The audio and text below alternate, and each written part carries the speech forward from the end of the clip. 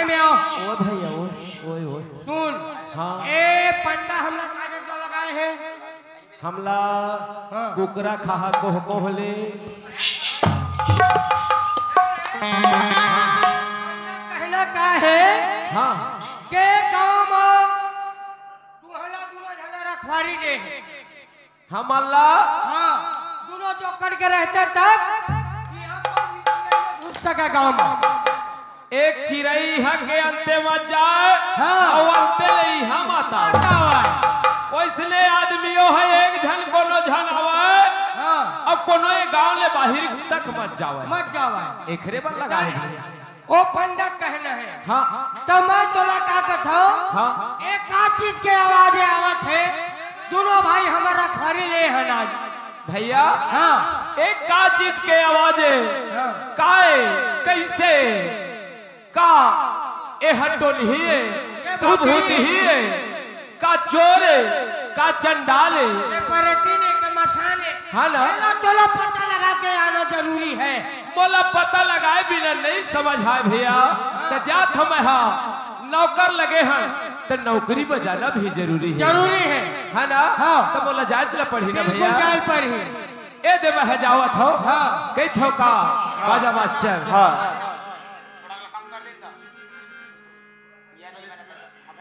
हम मोला जाना रही से का भिलाई चल भैया के आर्डर है कि गांव में रखवारी लगे हैं रे दोनों भाई गांव में कुछ चोरी मत हो जाए हम मोला जाना रही से का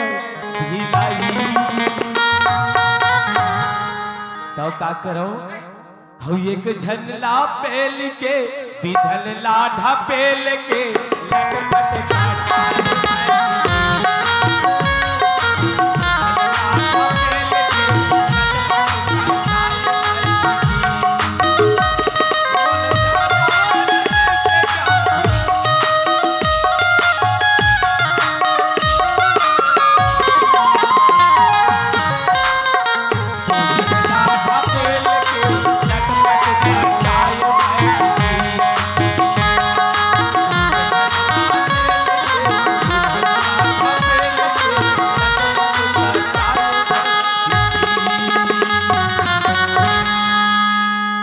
बाहर में आ गए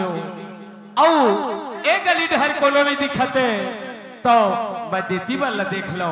कि कौन काए कैसे वो जाने वाली ज्ञान जी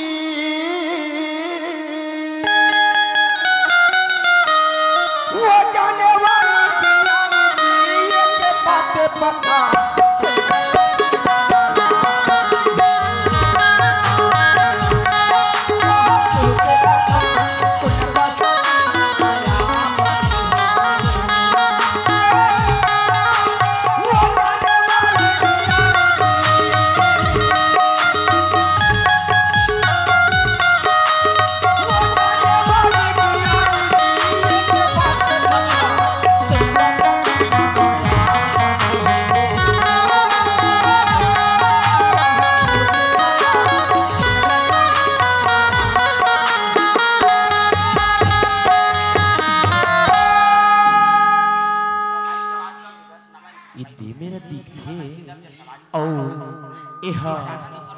मारी हाउ हले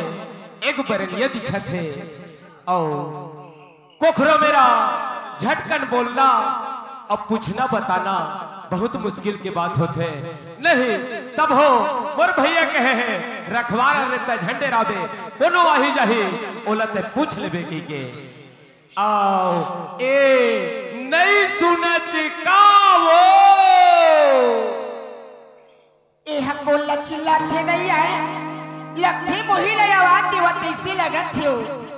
आई का बातें भैया काएगा सुन लो तय बोला भैया कहा था खाओगा सही बात है कोनो ला होए बोले बतावे त इज्जत से बोले बतावे के मैं कतका डेरावत रहे हो के बोली हो ते हम बोला गाड़ी तो झंड है मोला मार तो झंड है के लेकिन बहुत बढ़िया सुनत है काएगा कहाँ ले आवत है और कहाँ जावत है और का तोर नाव है तेला तोला बताए पढ़ी कब हमने गांव के मुखिया होथन एक प्रकार से ये गांव के ते मुखिया होते गे हाँ हाँ रात की ते का करे बर मुखिया जगत होबेगा आए हाँ कौन मुखिया ला ते हम मुखिया है गांव के किधर ते अधिक रात के का काम के लिए जाके हाथ की हाँ मुखिया मन के काम गांव के देखभाल करना। अरे गांव के गौठिया मन लगा दीजिए हमला नौकर तो हम मुखिया चल। अरे एक ठे लुकड़ी कहूं चाहे तो खर हिसाब हमला देल पर ही तो गांव के हमन वो रखवारन ओई रखवारस गा हाँ हाँ रखवारन ये का वही भैया बढ़िया बातें गा ये गांव में रखवार लगे हाथ लगा हाँ का बातें कि थोगा ता ये गांव में कोई बाहर ले आना नहीं चाहिए हाँ। और ये गांव के कोई रात के बाहर जाना नहीं चाहिए और ये तो तोर पंगु तेरा माँ कोनो आदमी आ जा नहीं सकेगा बिल्कुल सख्त मना है तो कस गई यहाँ के बेटी माई मन कैसे ढंग किया ही जाएगा हाँ आजकल घरों घर व्यवस्था है ऐ का चीज केगा सेफ्टी के हो हाँ चुप रह चक्कर है कम उसने हजार होगा नहीं वो मैं पंगु तेरा मात होगा छछरी सवा हाँ हमर पंगा घर हाँ हाँ तो मैं किथा चल जाई जहाँ जुड़े जुड़ो पानी गिरत नहीं आ पाऊंगा हाँ हाँ तो मैं किथा चल जाओ कि आए हाँ गए थे तो थोड़ा रात हो गएगा तब है तो होता है मेरे फांस के दिन मानाते तोला कोई रखवार नहीं मिलती है ना कबर रात कन के रखवारन और दिन मान के हमन सुतवारन तो मतलब रात दिन भर सुत्थान का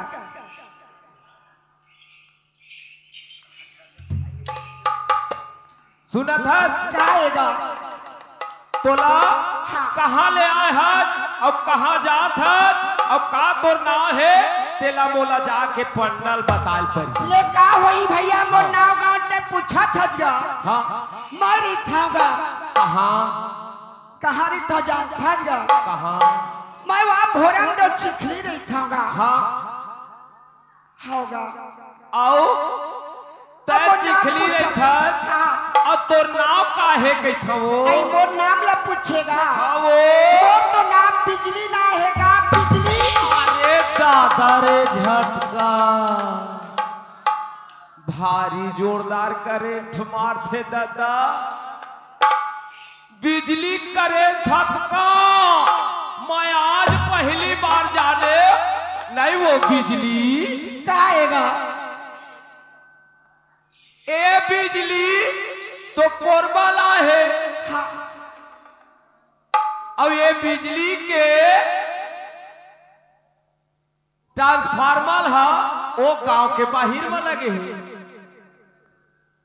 अब तो ट्रांसफार्मर कति लगे है वो ये देखा था दैया मैं अपन नाम ला बता था मोर बिजली ना है दाई की था तो वह ये वाले बिजली ये कहा थे आए तते मोला बिजली है ये बिजली आके तोरी हरा फिट होगा हाँ अते कहां से कहां फिट है के थजगा हाँ वो मैं तो मैके ले जाके ससुरे में फिट होगा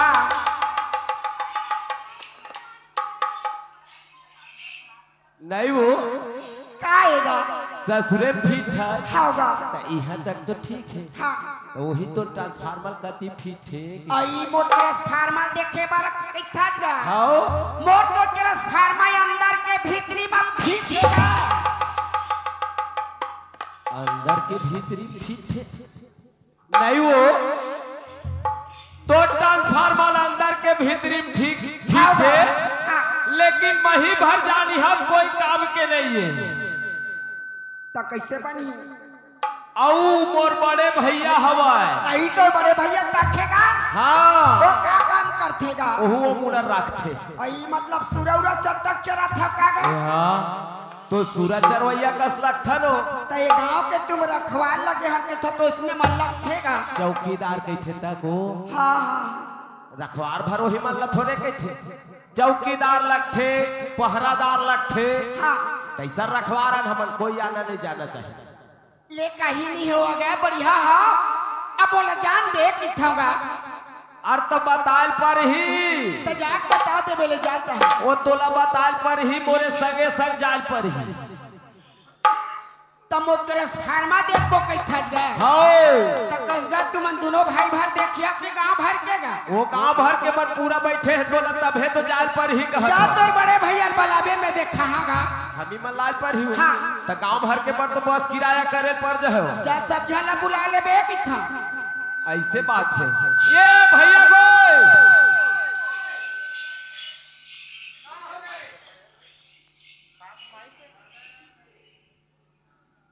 हो गया क्या था भैया हाँ हेलो ओ हाँ हाँ बिजली है बिजली बिजली बिजली है अरे बिजली दे दे ये बिजली नहीं गोल हाँ देखा बिजली होती है वो अनेक बिजली है कैसन बिजली दादा वो जाके तोला देखे पर ही वो गांव भर के बला तब बता हम है कौन में फिट थे मोर ट्रांसफार्मर कहते ऐसे का हो ले चल तो चली ले आ भैया हाँ ए दे ए दे अरे दादा ए बिजली काएगा काए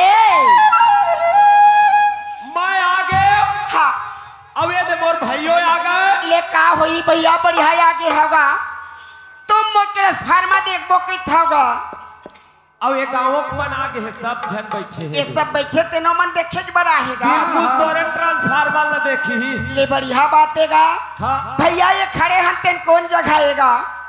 यह पंडो तेरा गाँव है गाँव है ना हाँ ये है हमार घर हैगा ये दे पर है हाँ हाँ आ ये बगल में का चीज देख तो हमार किचन रूम हैगा ये पर कीचड़ है पूरा हाँ वही किचन रूम में जा देखबे भैया का चीज रखे हवेगा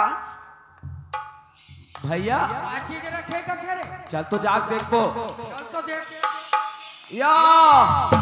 भैया हाँ ये तो पूरा भंभार रच चला है चूल्हा मेरगा ओहो सही तो आ रहे नहीं वो काएगा और तब वो पर तो चूल्हा मारे है वो वही चूल्हा आए भैया मोटरस फार्मा का भैया राधे खाए के है वही असली का थे रे नहीं वो काएगा ते ट्रांसफार्मर का ते वोल्टेज बता देते तो और कैसे कसगा में वो बिजली न होगा जोन कोरबा ले आए है तेन न होगा मोर दाई दादा मन है बिजली बिजली के मोर नाम ला बढ़ा दी तब मैं तोला बता पाए बिजली ये केगा तते वहाँ कोरबा वाले बिजली ये कई थजगा हमन वैसने समझत नहीं रहे जा। हो तय मोला पूछा जो तब मैं बता जो तोला हाँ मैं के ले जाके ससुरे में फिर ठाक कहे आए हाँ हमार बेटी जात मन बिल्कुल हाँ मैं के ले ससुर में घर में जाके फिट होथंगा हाँ हाँ आए तय कहे तो ट्रांसफार्मर देखा के तय दे मैं अपन ही में फिट रहूंगा मतलब माई लोग मन के ट्रांसफार्मर चूल्हा है चूल्हा यार भैया का बात कतको बेटी माई कहूँ पढ़ाबे लिखाबे नौकरी चाकरी मिली तब हो लइका जाके चूल्हा में चाय बनाही खाना बनाही चेगा सही बात है वो है ना हाँ। तमे वो वाले बिजली न हा भैया मोर नाम के बिजली रही सेगा ऐसे हाँ ले बिजली हाँ। तोर नाव ला हमन पंडल जाके हाँ। बता देबो कि वो नाव बिजली है खाओगा आओ आथे तोरे घर छठी मकई ये चलागा हाओ तबला मास्टर पेट मास्टर जल्दी मंच में पहुंचे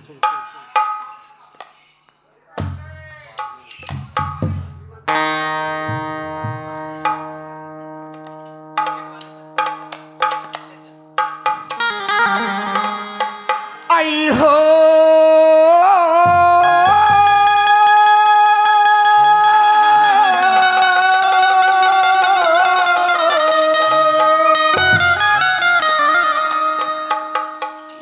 सोने के बिहनिया ले चिड़ैया बोलो दाई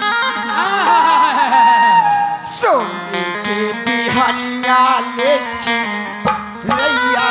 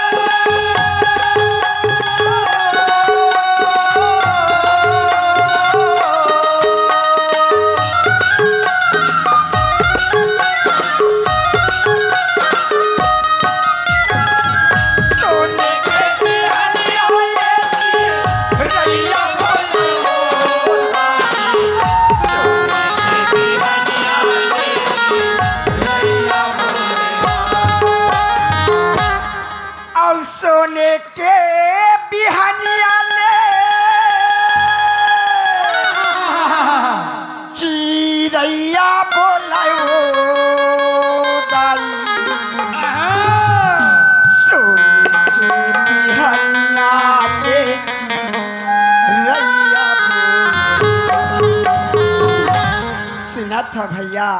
बताओ बहने। अंगिना माँ भारत माता के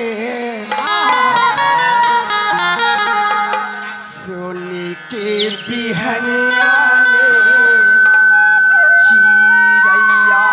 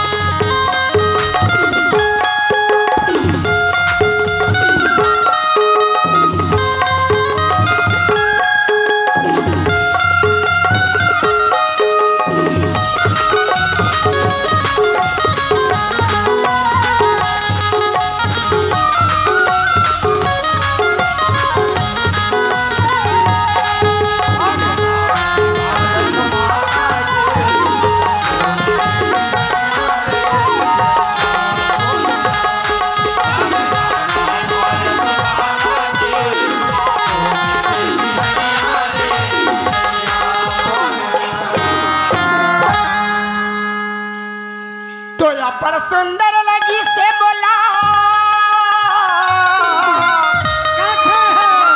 अरे पांडु तो लके रहने वाला हसीली से गोठियाली से पंगा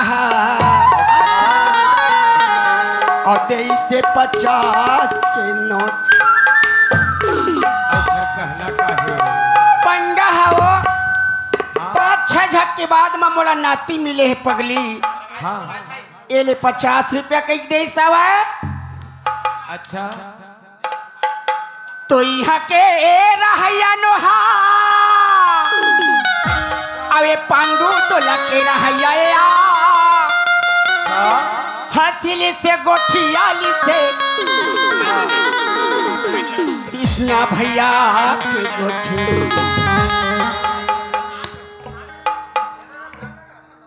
कृष्णा भैया हदे है 50 रुपया। हाँ अब का कहना है वो। तो पंडा भैया के फरमाइश हाँ अयावतीपुरी के राज महल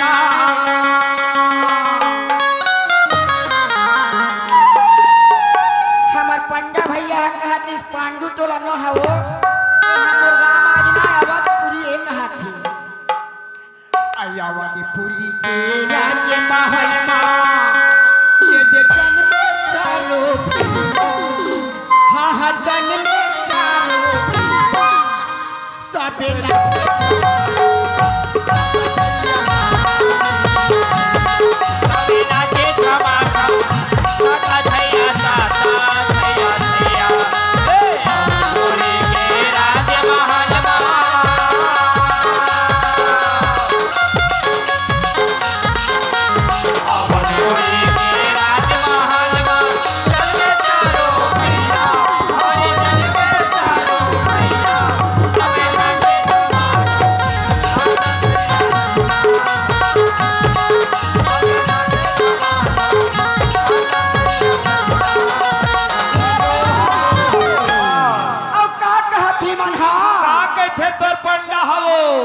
मजा ले ले मजा ले ले मजा ले ले हाँ मजा ले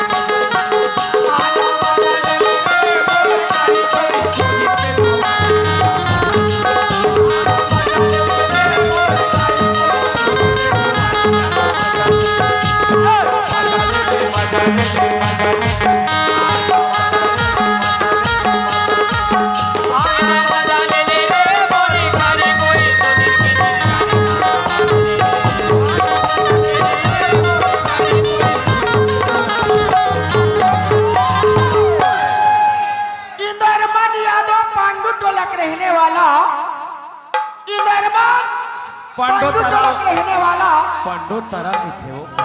पंडोतरा।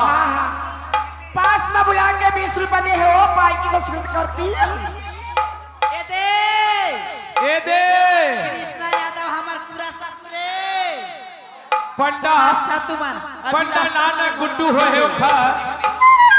दादा नाना गुड्डू हो है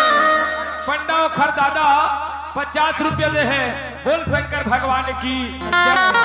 कहते गुड्डू के मौसी पलना झूला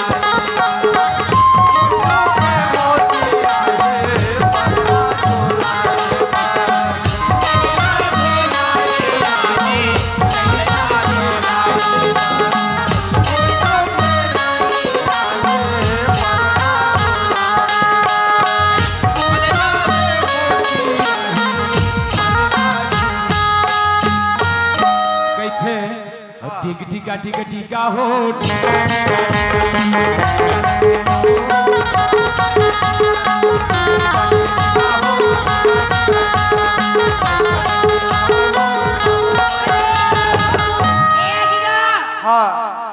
फरमाइश गा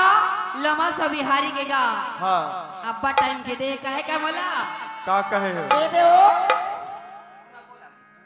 ए आगे मास्टर। हाँ हेलो राम सहाय यादव जी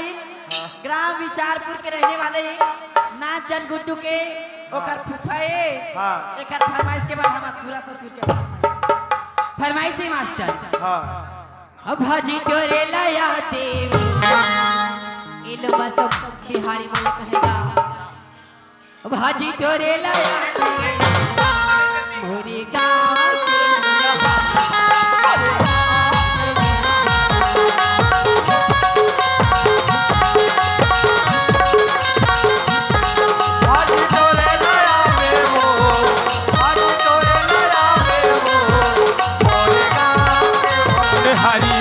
मोरे गाँव के ओर हरी माँ भाका पारा तो हो बहरा को मिले हिते हिते हिते भाका पारा तो हो बहरा को मिले सबसे रही बेतियुरा बारी माँ। तबे कहाँ बैहा का कह जो मोर बही मैया देहे लाया ऐसे माया बाटे लाया अच्छा गाँव के ओर हरी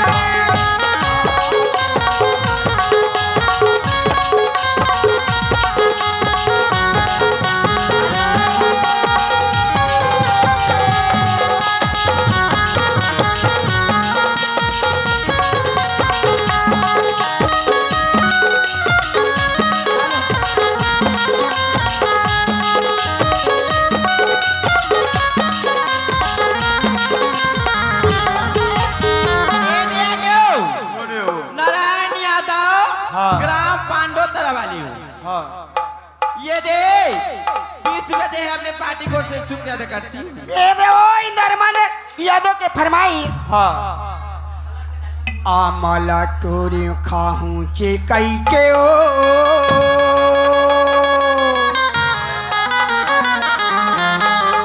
मोला दागा मत डारे नारे भैया ये आहूं चे कई के काओ जरस काए बोला सब भुला जहाँ नाल मिस्टेक हो जाए। प्रधान पाठक साधराव टंडन और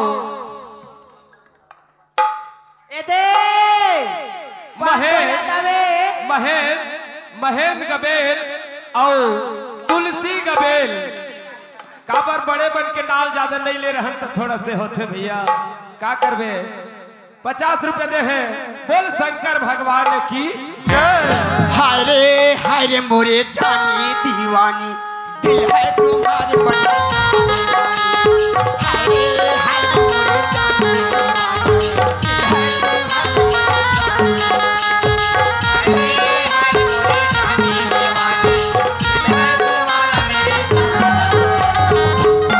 फरमाइश है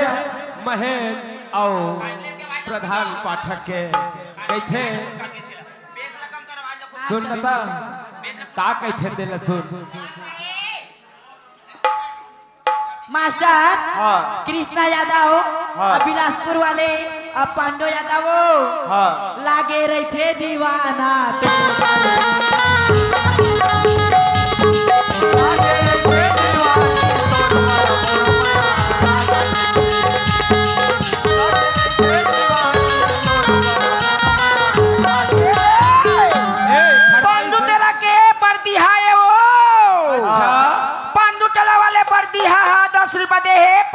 पसंद करती हूँ। ए देव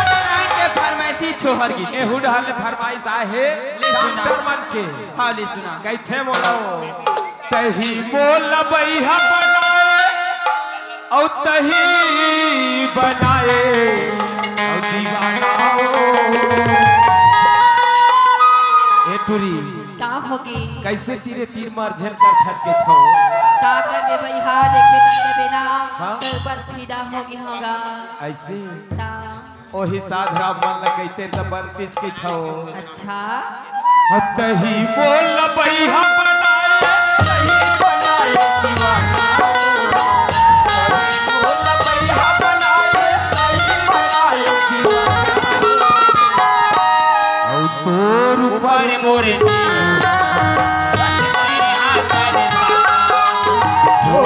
पर मोरे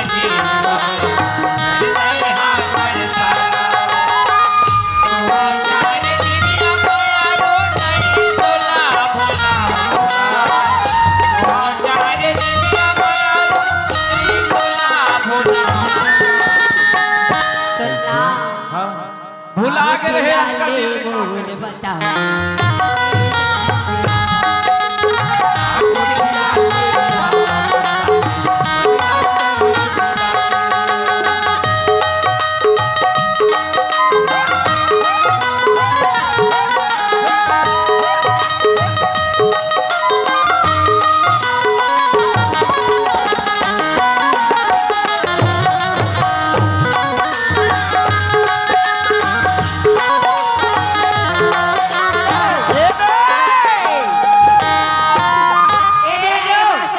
कौन जानता का? हाँ। बोलो। वीर सिंह हमारे चाहने वाला राजा माय डियर हस्बैंड जी हाँ 50 रुपए दे हमें शुक्रिया अदा करते हैं। पंडू तला वाले बर्दिया के फरमाइश हो। हाँ ए देवो हाँ अमी और साथ में हम कैसे हो आमन को से 20 रुपए के तबा फरमाइश से दिल भी नड़ा ए पांडा तला वाले उनके फरमाइशी है कहना काहे हो काहे बाथमी चराना पगे धावा में चरा ना मनावा खाओ बहिनी टीका ना हराना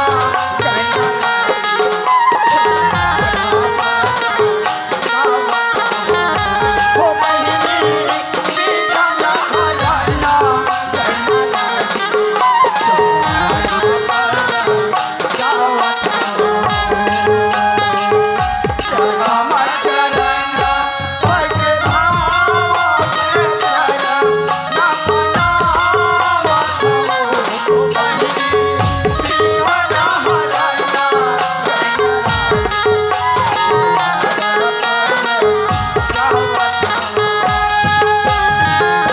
हो बहिनी बेघना हरना हो दीदी मो बेघना हरना गंगा चौहारा हो बहिनी बेघना हरना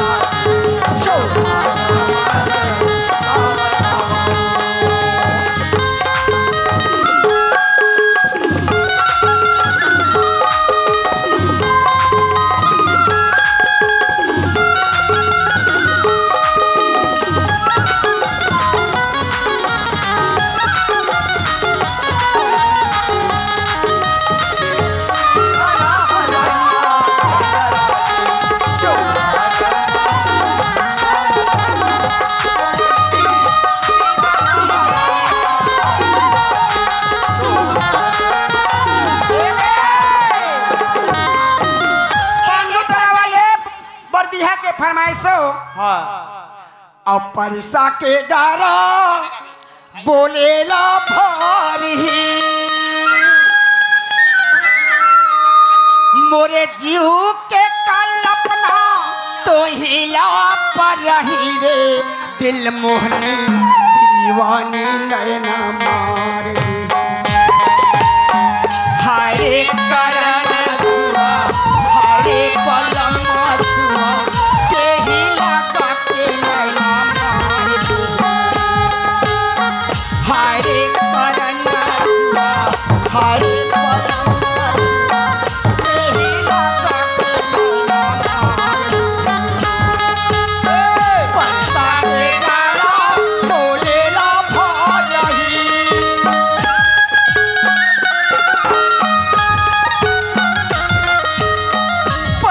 के गाना बोले ना भार रही मोर जीव के कल्पना तो ही लाप रही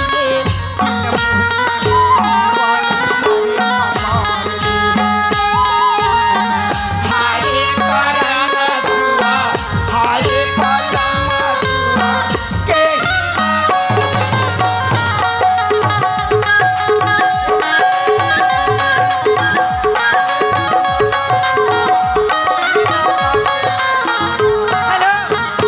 हेलो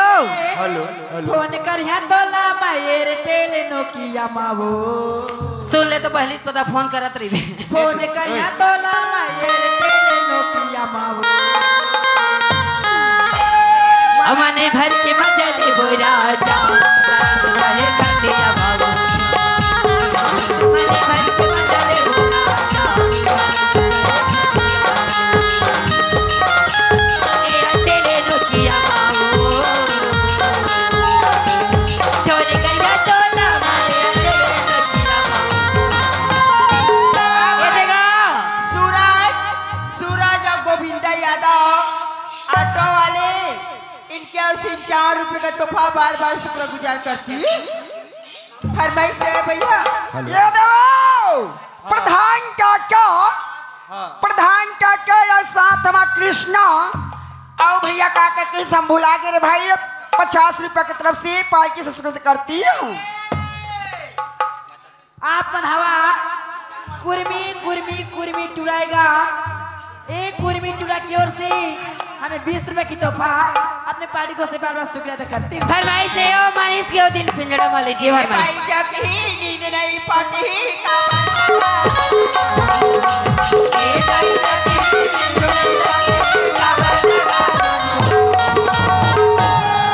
मोर यही कारण तू